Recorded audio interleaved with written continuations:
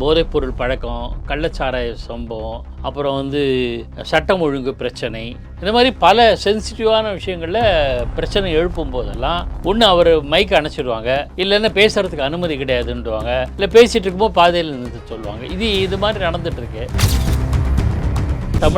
தமிழக அரசுக்கு மதுபானம் மூலமாக ஏதேனும் வருவாய் கிடைக்கும் என்றால் அதை முறையாக வசூலித்து வருமானத்தை பெருக்குவதற்கான வழி இருக்கணும். அதே சமயத்தில் மதுபானத்தை விற்று ஒரு அரசாங்கம் நடத்துவது மிக சரியான அணுகுமுறையில். பல இடங்களில், தமிழகத்தின் பல இடங்களில் மதுபான கடை மேலே ஷட்டர் போட்டு மூடிடுவாங்க. 10 மணிக்கு மூடியாச்சு. வாசல் வழியாக சைடு வழியாக போயிருந்தீங்க, பின்னாடி போனீங்களா மதுபானம் விற்கப்படுகிறது. இதெல்லாம் இன்னும் இருக்குது. இன்னும் 10 ரூபா விஷயம் இருக்குல்ல, 10 ரூபா இப்போ 20 ரூபா ஆக்கிட்டாங்க. அது இல்லை என்று அரசாங்கம் மறுத்தாலும் கூட எல்லா மதுபான கடைகளிலும், டாஸ்மாக் கடைகளிலும் இந்த கூடுதல் விலை இருக்குது, பில் இல்லாத பணம் மதுபானம் விற்கப்படுது. அந்த பணம்லாம் எங்கே போகுது? சரி, தேர்தலில் அவருக்கு டிக்கெட் தரல, அதெல்லாம் போட்டோமே, நாளைக்கு வர்ற ஐடி துறை மந்திரிக்கு இதை உரிய நிதி கிடச்சிருமா? ஐயோ இவர் பிடிஆர் மாதிரி ஏதாவது பேசிட்டாருன்னா இது அப்படின்ற ஒரு எண்ணத்தில் கேட்கறதெல்லாம் கொடுத்துருவோம்பா அப்படின்னு சொல்கிறது.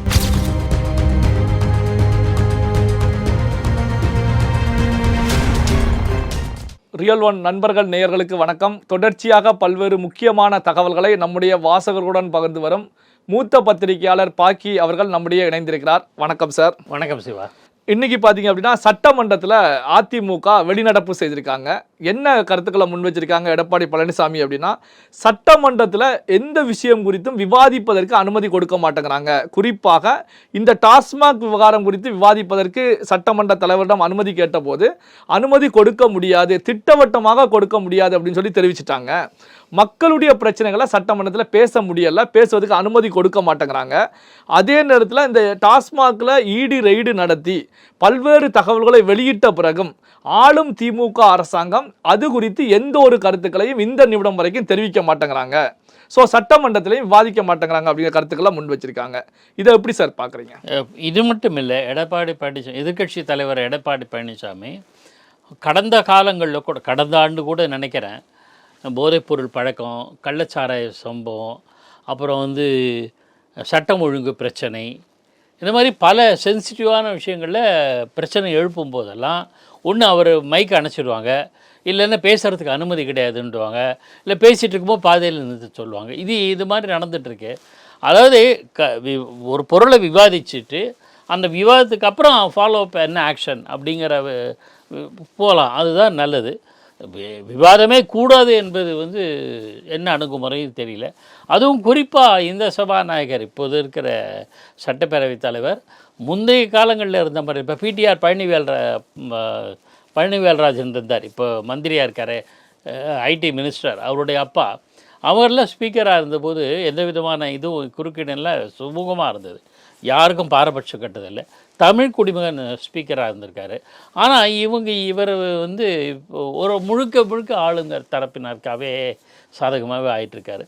அதாவது விவாதிக்கணும், விவாதிச்சுட்டு அதுக்கு அரசாங்கம் ஒரு பதில் சொல்லணும். அரசு தரப்பில் இதெல்லாம் நாங்கள் பண்ணுறோம், கவனத்துக்கு கொண்டு வந்தது நல்லதுன்னு கூட சொன்னால் கூட ஆரோக்கியமான ஜனநாயகமாக இருக்கும். அது எடப்பாடி பழனிசாமி அப்படி குற்றம் சாட்டுவது நியாயம் என்று தான் நான் கருதுகிறேன். அதே நேரத்தில் பார்த்தீங்கன்னா எடப்பாடி பழனிசாமி அவர்களை பொறுத்த வரைக்கும் இந்த டாஸ்மாகில் நடந்த முறைகேடு அப்படிங்கிறது நிரூபணம் ஆகிவிட்டது. எதை வச்சு நிரூபணம் ஆகுது அப்படின்னா, சட்டமன்றத்தில் விவாதிப்பதற்கு ஆளும் திமுக அரசு தயாராக இல்லாத ஒரு சூழலை வச்சு பார்க்கும்போது அப்போ அங்கே முறைகேடு நடந்தது நிரூபணம் ஆகிவிட்டது அப்படின்னு தான் எடுத்துக்கொள்ள முடிகிறது.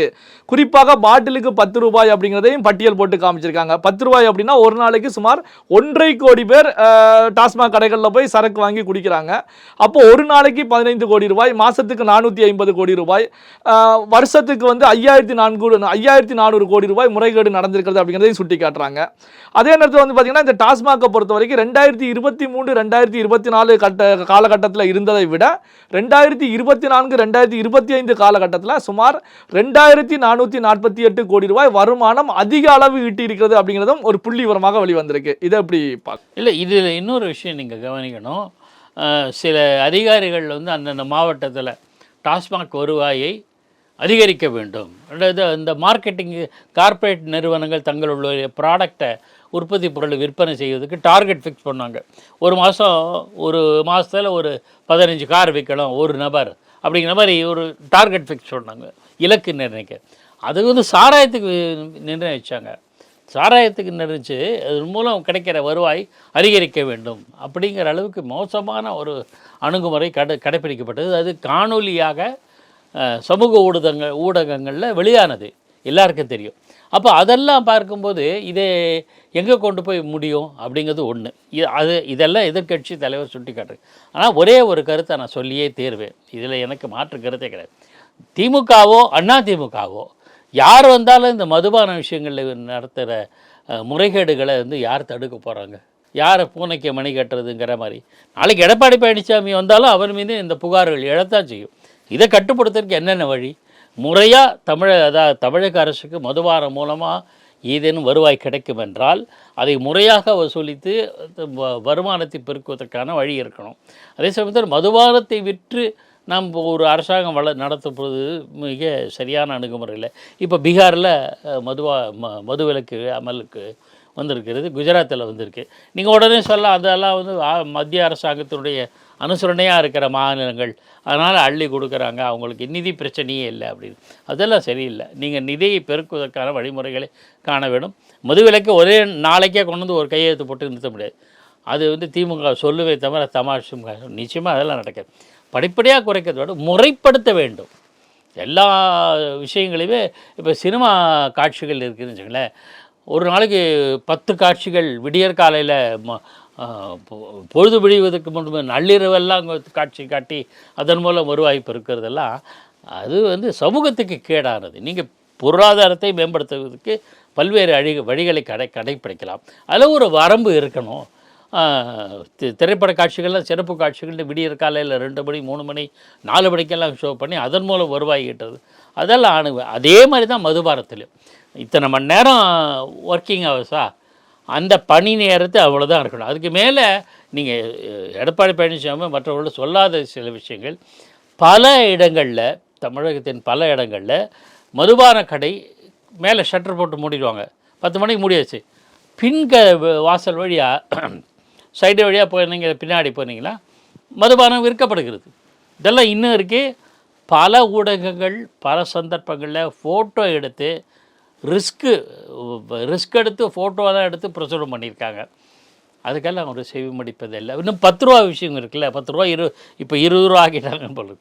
அது வந்து இல்லை என்று அரசாங்கம் மறுத்தாலும் கூட எல்லா மதுபான கடைகளிலும், டாஸ்மாக் கடைகளிலும் இந்த கூடுதல் விலை இருக்குது, பில் இல்லாத மதுபானம் விற்கப்படுகிறது. அந்த பணம்லாம் எங்கே போகுது?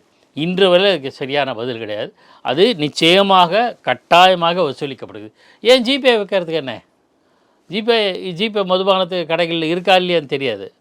அந்த மாதிரி இருக்கலாம்ல. அந்த மாதிரி பண்ணால் நமக்கு இவ்வளோ தான். அப்போ என்ன பண்ண, மேலே 10 ரூபா வெய்யும்பாங்க. ஸோ அதை தடுப்பதுக்கு என்ன வழி? சில கணக்கில் வராத வருவாய் இருக்குல்ல, அதுக்கெல்லாம் என்ன வழி? இதெல்லாம் அரசாங்கம் தீவிரமாக நடவடிக்கை எடுத்து செய்ய வேண்டும். இப்போது பார்த்தீங்கன்னா சார், சட்டமன்றத்தில் வந்து கூடலூரில் ஐடி பார்க் அமைப்பது குறித்து அதிமுக எம்எல்ஏ ஒரு கேள்வியை முன்வைக்கிறாங்க. அதில் ஆளும் கட்சியை சேர்ந்த அமைச்சர் பிடிஆர் பழனிவேல் தியாகராஜன் அவர்களை பொறுத்த வரைக்கும் ஐடி துறைக்கு போதுமான நிதி ஒதுக்குறது கிடையாது, எங்ககிட்ட நிதியே கிடையாது, நிதித்திறன் இருக்கக்கூடிய அமைச்சர்கிட்ட கேட்டு வாங்கிக்கங்க அப்படின்னு சொல்லி சட்டமன்றத்திலேயே தெரிவிக்கிறாங்க.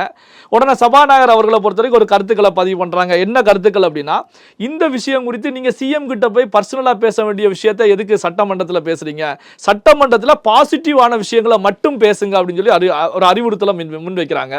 இந்த பாசிட்டிவான விஷயங்களை பேசுங்க அப்படின்னா சட்டமன்றம் மக்களுக்கான பிரச்சனைகளை விவாதிக்கக்கூடிய நிலையில் இருக்கிறதா, இல்லது பாசிட்டிவான விஷயங்களை பேசக்கூடிய அவையாக இருக்கிறதா அப்படிங்கிற ஒரு கேள்வி எழுகிறதே சார். இந்த கேள்விக்கு 2 விதமான பதில் சொல்கிறேன். ஒன்று, பிடிஆர் பழனிவேல் தியாகராஜன் எப்போவுமே வெளிப்படையாக பேசக்கூடியவர். இவர் தான் தமிழகத்தில் அரசாங்கத்துக்கு முறையாக வர வேண்டிய நிதியெல்லாம் எங்கோ செல்கிறது சொன்னவர். 25,000 கோடி 30,000 கோடி எல்லாம் சில கணக்கெல்லாம் சொன்னார். அதெல்லாம் எங்கே போச்சுன்னு தெரியல அப்படின்றாரு. அப்புறம் மூன்று ஆண்டுகளில் பல கோடி 30,000 கோடி என்று நினைக்கிறேன் அவ்வளோ சம்பாதிச்சிருக்காங்க. அதை இன்வெஸ்ட் பண்ணதுக்கு எங்கேன்னு தெரியாமல் சில பேர் தவிக்கிறாங்க. சிலர்ல அவர் சொன்னது யாருன்னு நம்ம உலகத்துக்கு தெரியும். ஆனால் இப்படியெல்லாம் சொல்கிறதெல்லாம் பதிவெல்லாம் வந்திருக்கு. அது கடந்த ஆண்டு நினைக்கிறேன் 2 ஆண்டுகளுக்கு முன்பு பெரிய சர்ச்சை ஏற்படுத்தியது. அவர் நிதியமைச்சராக இருக்கும்போதே சொன்னது சிலதெல்லாம் கூட பெரிய பிரச்சனையாக இருந்தது. அப்போ வெளிப்படையாக இதை எல்லாமே பேசக்கூடியவர். நீங்கள் நல்லா கவனிக்கணும். இப்போவும் வெளிப்படையாக பேசியிருக்காருன்னா அவரோட துறைக்கு நிதி ஒதுக்காதது ஒரு பெரிய இது வெளியில் வந்துடுச்சு. சபாநாயகர் அவர் சொல்கிறாரு, பாசிட்டிவாக பேசணும், நெகட்டிவாக பேசக்கூடாதுன்னா. விமர்சிப்பது கூட பாசிட்டிவ் தான். ஒருத்தர் அரசாங்கத்தை நோக்கி விமர்சிப்பது என்பது என்ன காரணம்? இந்த மாதிரி நடக்குது, தடுங்க அப்படிங்கிறது பாசிட்டிவ் தானே. அந்த அணுகுமுறை இல்லை. அதனால் எது பாசிட்டிவ் எது நெகட்டிவ்னு எல்லாருக்கும் தெரியும். அதுதான் விஷயம். அதனால் இப்போ பிடிஆர் பழனிவேல் தியாகராஜன் இப்படி ஒன்று சொன்னால் ஒரு விஷயம் தெரியுது இல்லை வெளியில். இனிமேல் என்ன நடவடிப்பாங்க? முதலமைச்சர் கேட்டுக்கிட்டு சரி அவருக்கு உண்டான அவருக்கு துறைக்கு தேவையான நிதியை கொடுங்க அப்படின்னு சொல்லுவார். நல்லது தானே அது. அப்படி தான் பார்க்கணும். இல்லை, அதே நேரத்தில் என்ன அப்படின்னா இந்த விஷயத்தை வெளியில் மக்களுக்கு தெரியக்கூடிய வகையில் பிடிஆர் பேசி விட்டாங்க. பிடிஆருக்கு நீ வரக்கூடிய தேர்தலில் சீட் கிடைக்காது அப்படிங்கிற டாக்கெல்லாம் போய்கிட்டு இருக்கேன். அது அரசியல். நம்ம என்ன சொல்கிறேன், அப்படியே இருக்கட்டும். இப்படி சொன்னதுனால தானே இதெல்லாம் நடக்குதுன்னு நமக்கு தெரியும். அதுக்கு ஒரு முற்றுப்புள்ளி வைக்கப்படும். இது சொல்லாமல் இருந்தால் முற்றுப்புள்ளியே வந்திருக்காது. தொடர்ந்து பிடிஆர் பழனிவேல் தியாகராஜன் வகிக்கிற துறைக்கு நிதி கிடைக்காமலே போகும். அவர் இப்படி சொன்னதுனால தானே ஒரு பிரச்சனைக்கு முற்றுப்புள்ளி வைக்கப்படுது. சரி, தேர்தலில் அவருக்கு டிக்கெட் தரல, அதெல்லாம் போட்டோமே, நாளைக்கு வர்ற ஐடி துறை மந்திரிக்கு இதை உரிய நிதி கிடச்சிருமா? ஐயோ இவர் பிடிஆர் மாதிரி எதாவது பேசிட்டாருன்னா இது அப்படின்ற ஒரு எண்ணத்தில் கேட்குறதெல்லாம் கொடுத்துருவோம்பா அப்படின்னு சொல்லலாம். ஸோ எதுவாக இருந்தாலும் நல்லது தான். அப்படி தான் நம்ம பார்க்கணுமே தவிர, இது ஒரு வகையில் வெளியில் தெரியவதன் மூலம் இந்த அரசாங்கம் டிரான்ஸ்பரண்ட்டாக இருக்கணும், வெளிப்படைத்தன்மையோடு செயல்பட வேண்டும் என்று ஒரு அறிவுரையும் கூறுவதாகத்தான் நான் பார்க்கிறேன். பல்வேறு முக்கியமான தகவல்களை நம்முடைய வாசகர்களுடன் பகிர்ந்து கொண்டதற்கு ரொம்ப நன்றி சார். ரியல் ஒன் மீடியாவுக்கு நெஞ்சார்ந்த நன்றி.